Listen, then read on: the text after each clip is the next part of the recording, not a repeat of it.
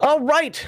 For the second part of today's segment one, we're going to finish up talking about the game mother, and we're specifically going to talk about apparently cinematic versus campaign play. I think it's going to focus more on the cinematic side, but we'll find out here in just a moment. But like cinematic mode, as I said at the end of the last video, is something that, first of all, I think people should try. I think it's really well done, and it's probably the superior way, in my opinion, of handling a one-shot. But we'll find out more about what the game mother's role is in that in just a moment. Role-playing games thrive in fantastic worlds and at inclusive tables that embrace these core values for the most positive gaming experience. Donate to the Wounded Warrior Project via the link in the description below to help, honor, and empower our wounded heroes. On Thursdays and Saturdays, watch Heathen Dog's Dirty Casuals play multiplayer video games over on Twitch.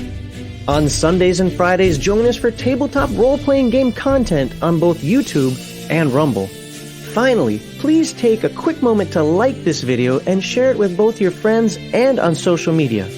If you have not done so, please subscribe to Legion of Myth and activate that bell icon to receive notifications of new content.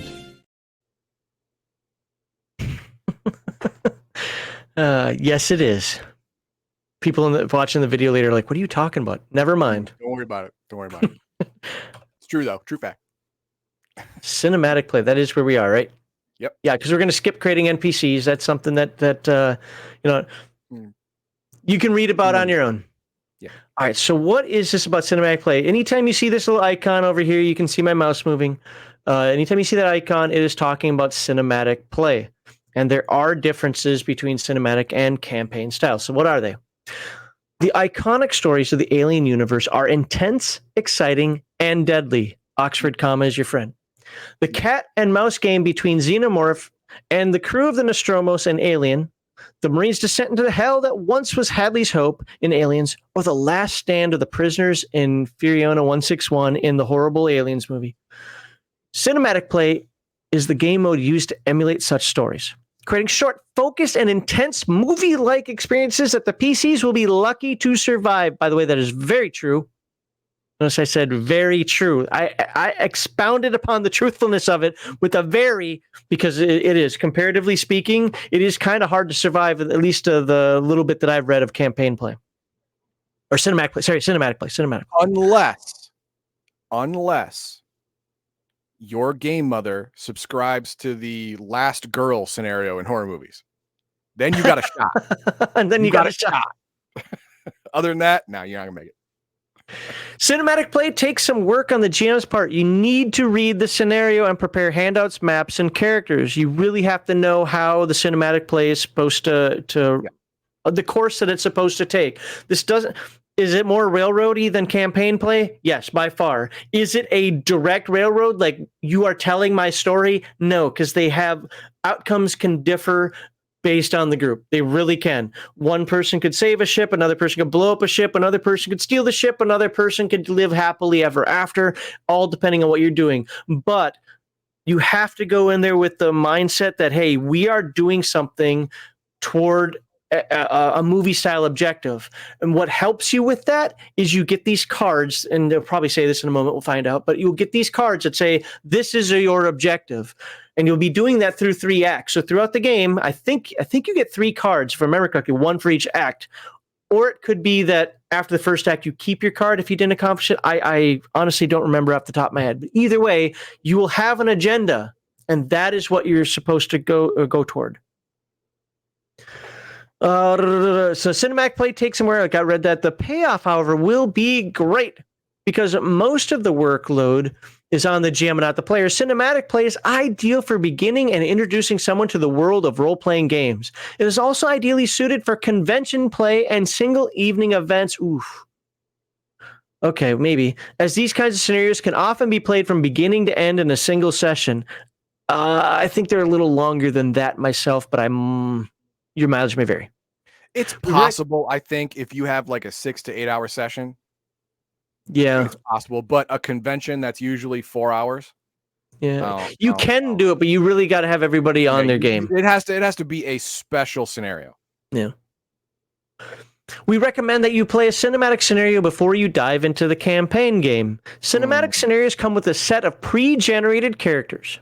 Think of these as roles in a written script, as they are tailor-made for the particular scenario. You can make sure that their backgrounds and agendas fit together with the plot of the scenario. Now, I know some old school gamers be like, story and plot and so forth.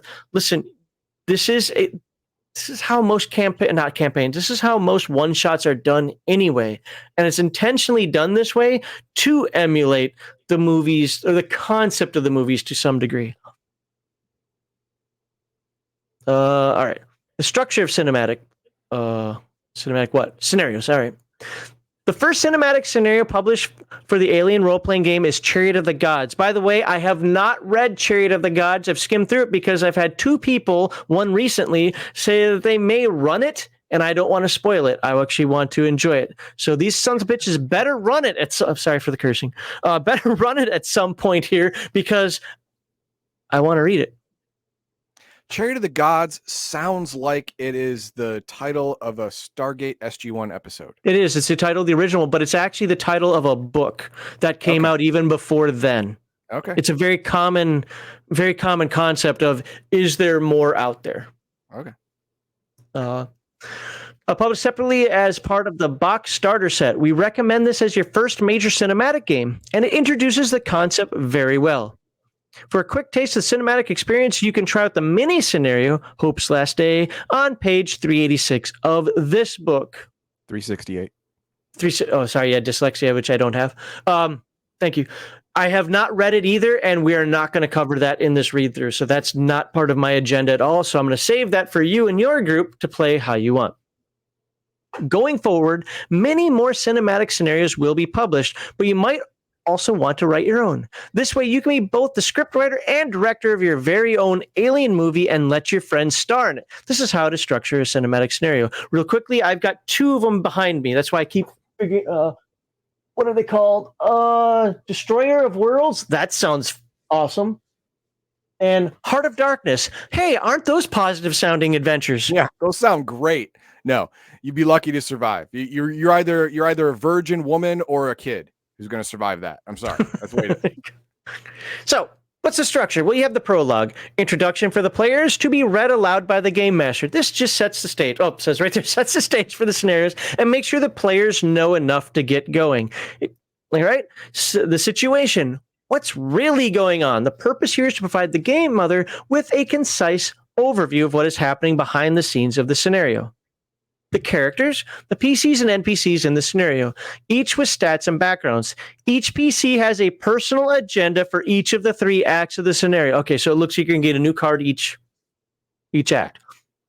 Locations. Cinematic scenarios are generally location-based. Hadley's Hope, the Nostromo. I guess it moved from Hadley's Hope to the Sulaco, but, the prison. Mm-hmm. I don't remember the rest of them because I don't think I've seen all the Alien movies because they got bad. I saw Alien 4 one time and then I just had to go sleep. Which one's that one? The one where Ripley is is that Winona Ryder? Cloned with the DNA from the alien.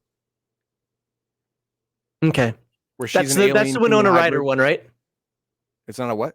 That's the Winona Ryder one, right? Yeah, it is. Okay, yeah. I saw that one time too and said, nope. I noped out of it.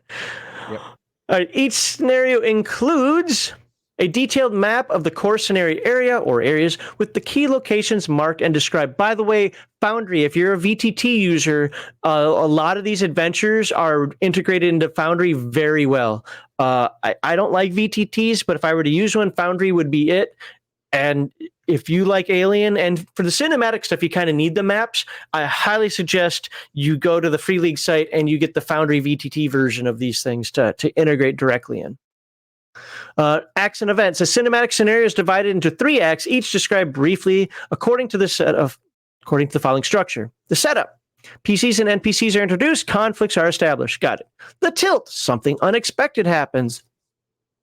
Raising the stakes and level of danger. Secrets are revealed. Act 3, the showdown. The story comes to a climactic resolution, depending on the action of the PCs. And that's what I like about the cinematic thing. It's not directly a railroad. Yes, it's more of a theme park, or it's kind of on rails because of how characters have their agendas, but you're not being forced to do certain things other than what's happening around you. You might be forced to fix the ship if it's blowing up on you. You might be forced to fight an alien if you're in a confined place with an alien. Yeah, but the actions of the PCs will determine the result. Each act has a number of possible events. Some of these events could be mandatory, but most should be optional, used or not used depending on the actions taken by the PCs. Hopefully. These events should also generally be standalone, not connected in a predetermined narrative. I can tell you that one of them that I skimmed through, it depended on what room you were in and what act you were in. Some events affect all PCs, others are aimed at specific individuals. Some events can even change a PC's personal agenda. And the epilogue, a suggested sign-off message by one of the PCs, assuming anyone is still alive. Kind of like that. The player of this PC can read the message aloud or adapt it according to what happened in the scenario. For example, an agenda changing would be when Ripley found Newt in the colony. Her objective would have changed to Newt must survive. From wiping him out to, oh crap, we got to get out of here. Yeah. Because remember, she was basically on a suicide mission. She was, yeah. She didn't care. Her life was over. Her daughter was dead. She didn't get to see her for her birthday or whatever. She'd been in sleep for like 70 whatever years, 80 something like that. I don't know. But her daughter was dead. She had nothing to live for. The company was blaming her crew for everything that happened. Her name was tarnished. She wouldn't be able to get a job flipping burgers. This was her last hurrah. Then Newt came along. Yep. And then her agenda changed. It's like that. All right, before we move on to campaign play, I think it's a pretty simple synopsis. Remember, this is just to help the game mother. All right. And ultimately, I do like cinematic play. Is it how I'd want to play the game constantly? No. But I would also go to say that what it says in here for cinematic play, you can incorporate in any game. You could turn cinematic play for, since we have a big Palladium contingent here, for Rifts. For After the Bomb, for Beyond, I think it would work great for Beyond the Supernatural and Nightbane. You can follow these same concepts for that. Now you have campaign play, which is this little symbol here.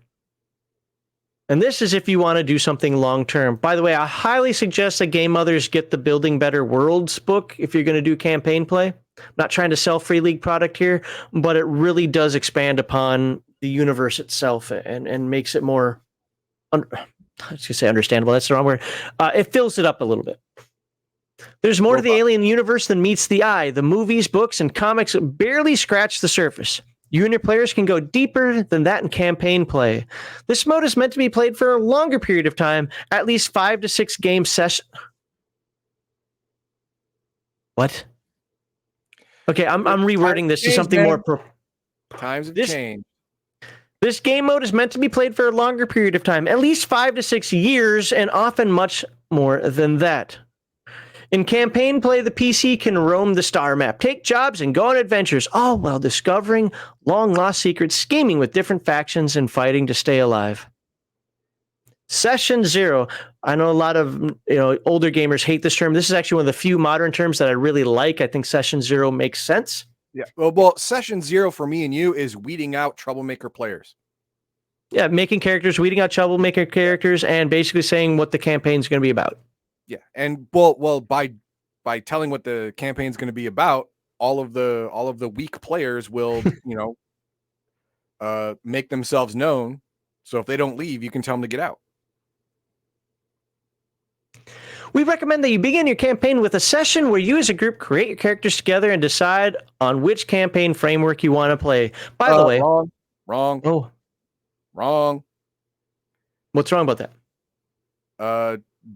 The players don't decide on which campaign framework is going to be. The game mother decides the campaign framework. The players decide if they still want to play. I agree with both, and here's why. I actually was going to stop at the this part first. 100%. I am long since past the point that I let players make characters on their own. Yeah, I'm just going to bring in my character. No, you're not. You're all going to sit at the table, and you're going to make your characters together. Yes. Can you play a group with all fighters? Sure. Can you play a group with all kids? Whatever. But that's not normally how you want it to go. How you want it to go is like, oh, it looks like we don't have a pilot, or oh, it looks like we don't have a heavy gunner. I can do that. And you want to kind of find out, like, well, my character's background is I'm a criminal and I do all the drugs and I don't get along with anyone. Yeah, that's not going to work with this table. Yeah, sorry, buddy. Try something else. Yeah, so it's a place where players and the game mother can sit down and discuss what's allowable, what's not allowable at the table. And for aliens, it shouldn't be that difficult, but you know. Now, as far as the framework goes, I don't mind asking this question. I have a couple of caveats to that. Do you want to be space truckers, colonial marines, or frontier colonists? I literally have zero problem asking that question. In fact, when I've done sci-fi games, I do this a lot. What do you guys want to do? There's a caveat to that. There are a couple of things I don't do. I don't do intrigue because I'm just not good at it. Okay? You're not going to be space detectives. Because you're not going to have fun. You're just not going to have fun if I'm running it. The other thing, barring the game necessitating that this is how it's played in general, I don't do space station games. Babylon 5, Deep Space Nine, and so forth. I do more exploratory stuff. So outside those two limitations, yeah, if you guys are like, we were thinking it'd be more fun to play space truckers than colonial marines, I'm like, I'm in, let's do it. I have zero problem with that. Do you still have an issue with that, or?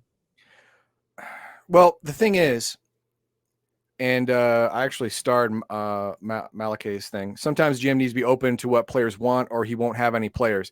I'm okay with that. Fuck players. They can die in a hole. How many games are you running right now?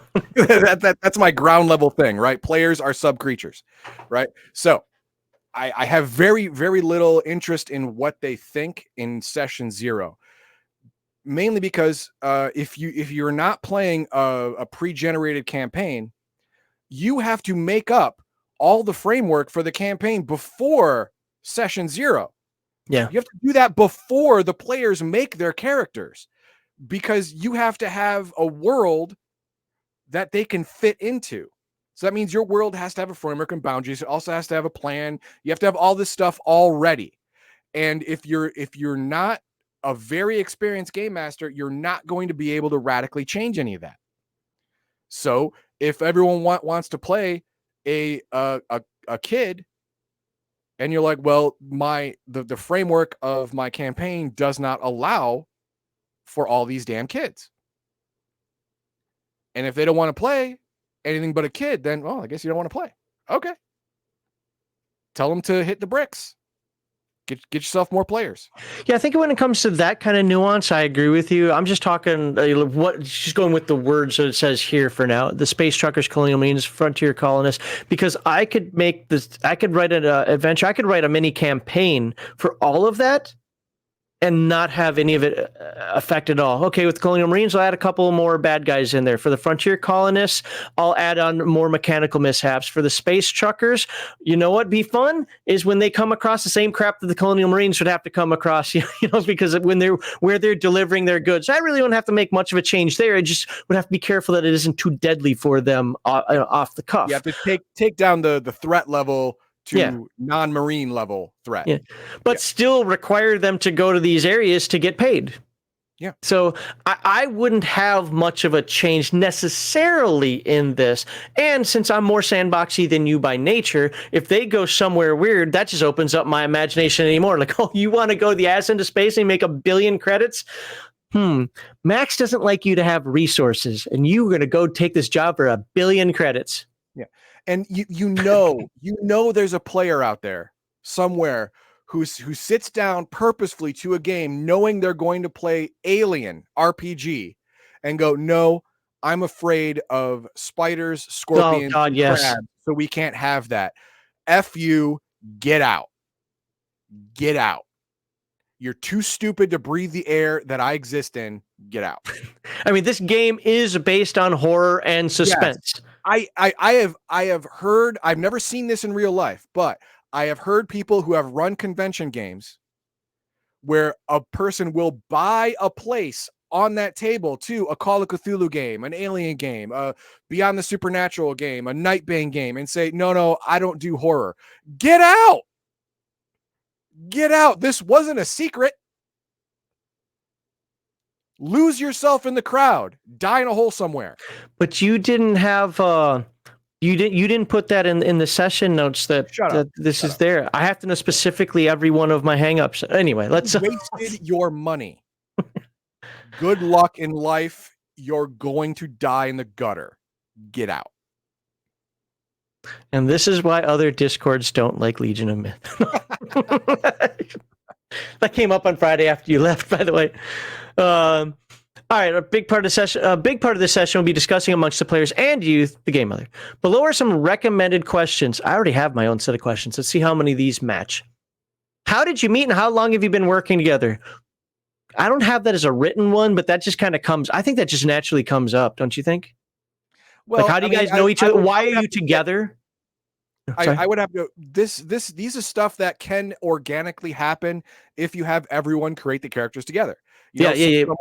Exactly. There are two people who are going to be colonial Marines. Okay, well, did we go to base training together? Sure, why not? There's nothing wrong with that.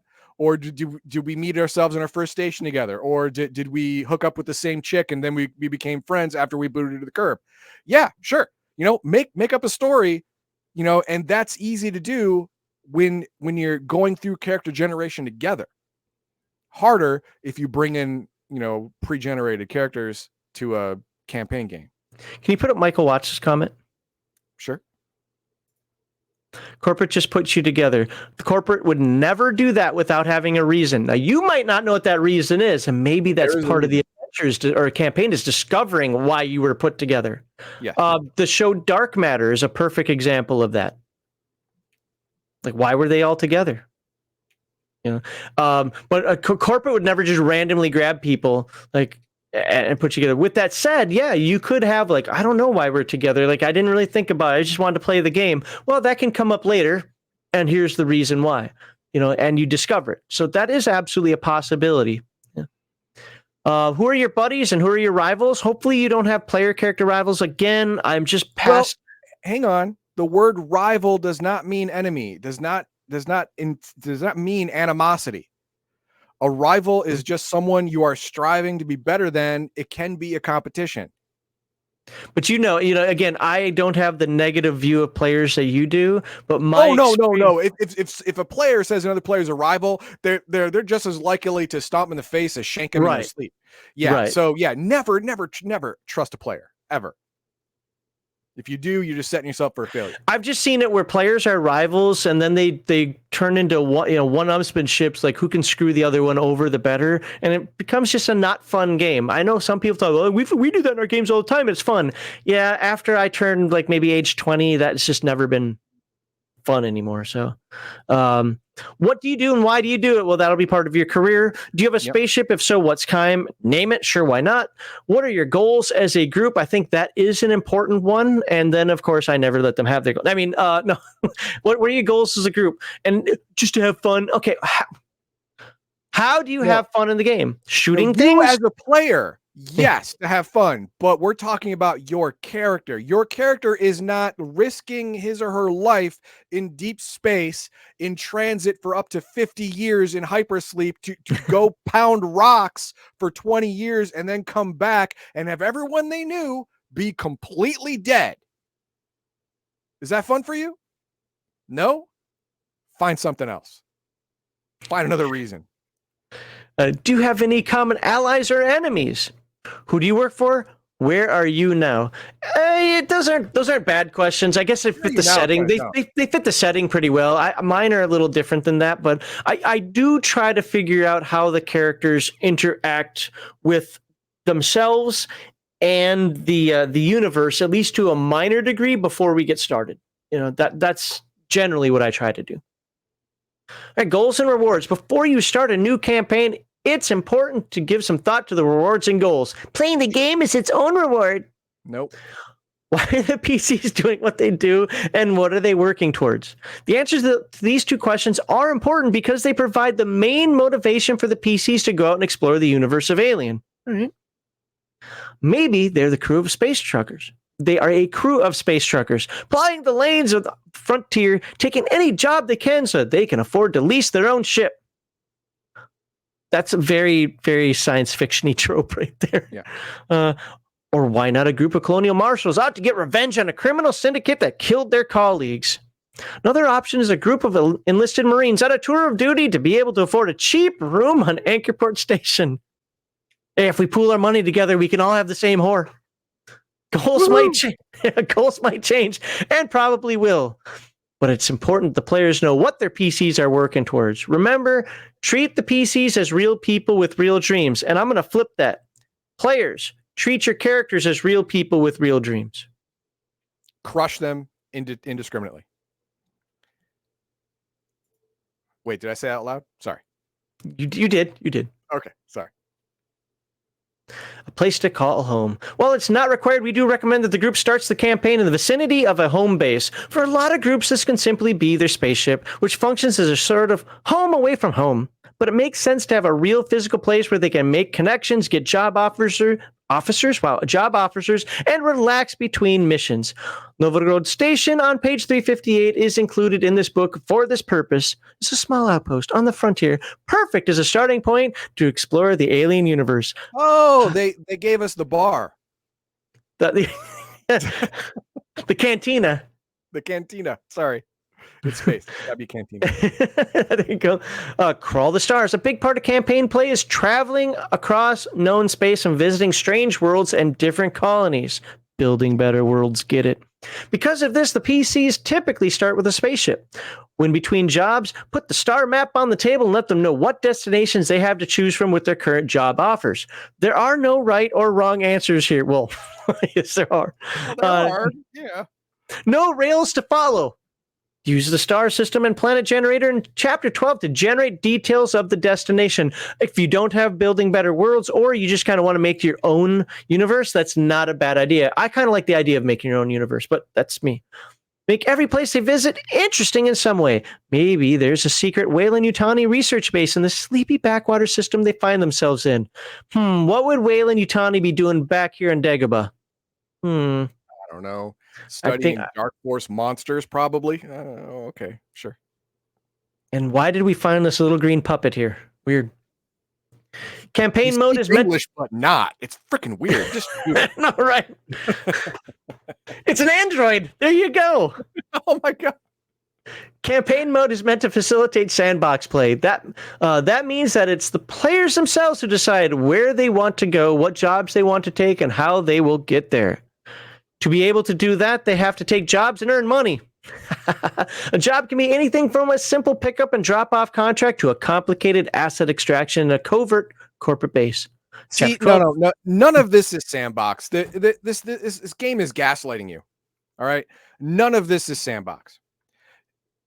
All of this game starts off the same way. You are either owe a lot of money, or you owe time, being a colonial marine, or you have to do things for food if you're a farmer, right? So you must take jobs, you must make money, and the game master creates what jobs are available. The game master is going to give you the choice of a parent to child. He's not going to give you any choices he doesn't want you to take. You have no sandbox here. It's an illusion. Whatever job you take, the game master put it out there. That means he's planned for it. And if you want to go off and do none of those jobs, well, then you will die, because you either have no food, no money, or you'll be in jail for refusing an order. And then you make a new character. When you write your comments to this, direct them directly to Heathen Dog. Do not say Legion of Myth and do not say Max Leo. Direct them directly to Heathen Dog. Am I wrong? I just because I know comment. Yeah, I got it. I know the comment section is gonna go. I'm not wrong. That's exactly how all role-playing games are. If you think you live in a sandbox and your game master gives you all the choices you want, you're an idiot. Or he's a really bad game master. And the lunatics or a really exceptional game master? No. An exceptional game master has invisible rails. You'll never see them. You'll never feel them, but you're on them. We recommend that you always have 2 to 3 jobs generated. I would suggest 3 to 5 actually, but that's my take. Oh, if you want to make the rails less visible, yeah, 3 to 5. That's good. So that you can quickly provide the players with options once they finish their current assignment. I say 3 to 5 because I make them completely different. Like what is the mood that they're in for now? That's generally how I do it. Now, if they want to go completely, like we don't want to take any jobs, we just want to hang around the cantina that our fake cantina that we described. Well, why are you here playing the game? I mean, I get it, that could be fun for a minute, whatever, but we got like 6 hours or 8 hours or however long your sessions are. I'd rather not spend it the entire time with you schmoozing with the bartender. That's not exciting for anybody. Anyway, present the different jobs to the players, tell them what destinations they have, and let them choose which one they want to take on. Let the players decide what they want to do, then work with that to create a fun adventure. I guess one of my disagreements with Heathen Dog is I do believe that sandboxes still have borders on them. It's just how big you make your sandbox. I mean, if you had no borders at all, no rails, so to speak, the sand would just go, it'd be a beach, not a sandbox. But when creating a job, you choose or roll a number of complications and a plot twist. Use this to create the opposition for the job. You can find stats for typical NPCs on page 354 and information about xenomorphs and other critters in chapter 11 or in 2 weeks. In 2 weeks. Are we good? Oh, xenomorphs campaign play. Okay, well, that's the last thing it looks like. Hold on, let me verify. I screw up. Okay, that is the last thing. Okay. All right, last little part. Hold on. No, Xenomorph. We've got to do this one little last part. That's it. Okay. Xenomorphs and campaign play. A distinct difference between campaign and cinematic play is the role of the xenomorph. In cinematic play, you want to provide the full alien experience in compact and accessible package, and the xenomorph is most often a part of this in campaign or little ghost babies. In campaign play, on the other hand, you'll roam the star lanes known space and take your time doing it. It would not make any sense to encounter a lethal alien during every job the PCs take on. Instead, make the most of the enemies, corporate agents, enemy soldiers, assassins, rival crews, rogue androids, critters, and the most important one, ship malfunctions. Mm-hmm. Save the xenomorph for special occasions. Sure. You land on a planet, you got political intrigue. You got dumbass Wesley Crusher falling into a plot of a garden of flowers, and they want to kill him. I say do it. It's Wesley Crusher. Yeah, and as an android, I would weigh the all of the resources and time and personnel it would take to save him, and how they would feel if we just let him die. Which one is more important? Let him die. I don't know if you can see it on the screen, but a whole bunch of aliens books right here that they say you can read in order to get for recommendations. So I'll leave that on the screen while we do the comments. All right. First, we got Rex Teal saying, here's how I envision cinematic mode from hearing Crafty Matt's description. I picture you riding a train to different locations, and these locations are all mini sandboxes. I mean, if you do multiple ones, I suppose. I mean, that's like an adventure of the week. You could do it that way, but a cinematic. Using the train analogy, I wouldn't have gone so far. I would say you are moving forward on the train, and each car is its own little mini adventure. And you get to choose to go forward, go back, but you still have to go through the cars. You're on rails, literally. It's a train in your analogy. It's a damn train, right? But inside, you get to choose, whether you go forward or backward on the cars. There's your sandboxy element. I mean, if you're talking within an adventure, sure, but he's talking about different locations and so forth. Maybe I'm overthinking this, but I mean, you literally play different characters each time you do cinematic mode. Like you're in a different movie, so to speak. All right, what else we got? We got Michael Watt saying, "Why do you do what you do? Money." And that's fair. That's fair. One of you can just be like then guess what? You're playing the corporate guy. But here's the thing. Money is never the end all be all of a fully functioning person's motivations. Money is a step to what they really want. To an end, yep. Money is how you get what you want. Money is not what you want. Money is how you get what you want. I mean, if money is your end goal, that means what you really want is safety and security. That's what money gives you. Lots and lots of money gives you safety and security. Or power. That's another goal. Like if you want money to influence the world, your actual goal is power. So you have to go one step beyond. It's never money. It's always something else beyond money. You need money to do what you really want to do. All right. And then All's Nerds Nerd says, it's not a sandbox if you have to do stuff or if you have a GM is an odd take. And that's not my take. That's what you heard. I'm sorry. I'm going to try and help you out with what I said. Maybe I was not clear. No. Is if you are in a campaign, the world has boundaries. The world is already fleshed out. Things fit in it. Things don't fit in it. No matter how much freedom you think you have from the GM, you don't have all of the freedom you think you have. For example, in the book where we were talking about, you are a farmer. Then you are on a colony planet. You have to farm to feed your family, to get paid, to keep your house in order, stuff like that, and do it over and over again. But it's a lean year. Crops are low. You have to take a job. Well, there are these 5 jobs. You have a choice between these 5 jobs. But this is a false choice because the game master is planned for all of these things. This is exactly what he wants you to do. You're on his rail. You're trying to feed. And the only way to get off the rail on that one is to not take any jobs and have to sacrifice your family. You want to do that? No? Okay, then hop on the train. Hope the railroad dick doesn't get you. But hey, that's how it is. So you are always going to be on some kind of rail in a campaign that isn't from a game that's absolutely ridiculous. Like every turn, the game master is a new person. What was that? What was that? The card game? Card game? It was some kind of game where everyone takes turns doing stuff. It's Cosmic Patrol. It's not a card game. It's a role-playing game. Cosmic whatever. Patrol. I wouldn't even call it a role-playing game. But everyone takes turns being the game master, and then it's just basically chaos at that point. So whatever. So you need the rails, but players need to not feel them all the time. So you have to strike that balance with your group. But if you think, oh no, I got no rails on me, there are no strings on me. Yes, there are, Pinocchio. Yes, there are. You just can't see them, which is good. It allows you to sleep at night. I know I'm going to get some hateful comments about that because I'm not going after him about the definition of sandbox. I just don't care enough. I don't care. You guys care more than I do. So when it comes to that. So if you've got arguments to Heathen Dog, go ahead and put them in the comments. Cygos 360. No game is a true sandbox, just an illusion of a sandbox, even video games. That's absolutely true.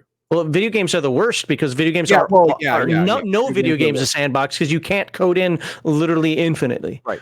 So, actually, video games are both the most evident sandbox and the most you can ignore it because of all the side quests they have in games now. You can ignore the main storyline for a very long time, but eventually you are going to have to jump on those rails to finish the game. That's the way it is. Put up, Bishop said that he cannot harm or by inaction allow a human to be harmed, followed by, it means Heathen Dog's android cannot be played his way unless he's a rouge android. Yeah, I am a rogue android. I'm an actual higher level being. You get it? I have all the freedom of choice of a human, but none of the weakness of your pitiful little meatbag flesh.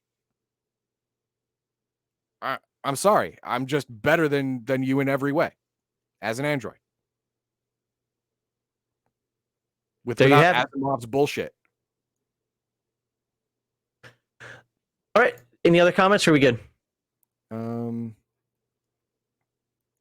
looks like about it. All right, there you go. Like, subscribe, and share. And next week, what am I talking about? Oh, next week is going to be, fun and joy. We're going to talk about governments and corporations. It looks like the first part is going to be on governments, and the second part is going to be on corporations. Looks like there's 4 of each, and we're going to talk about them. And God forbid that those things are more than like 2 pages long each, or I'll be reading for 9 years. But I'll have to give the highlights, but it'd be governments, corporations. And why am I covering this? Well, the same reason I did like in Coriolis, because the factions in Coriolis and the governments, corporations, Alien are just too baked into the game. We've got to talk about them. We've got to see what the book says about them and what the differences are. Yeah, so I mean, we'll in all of the movies, Wayland Yutani was the impetus for all the problems. So they're important for the game.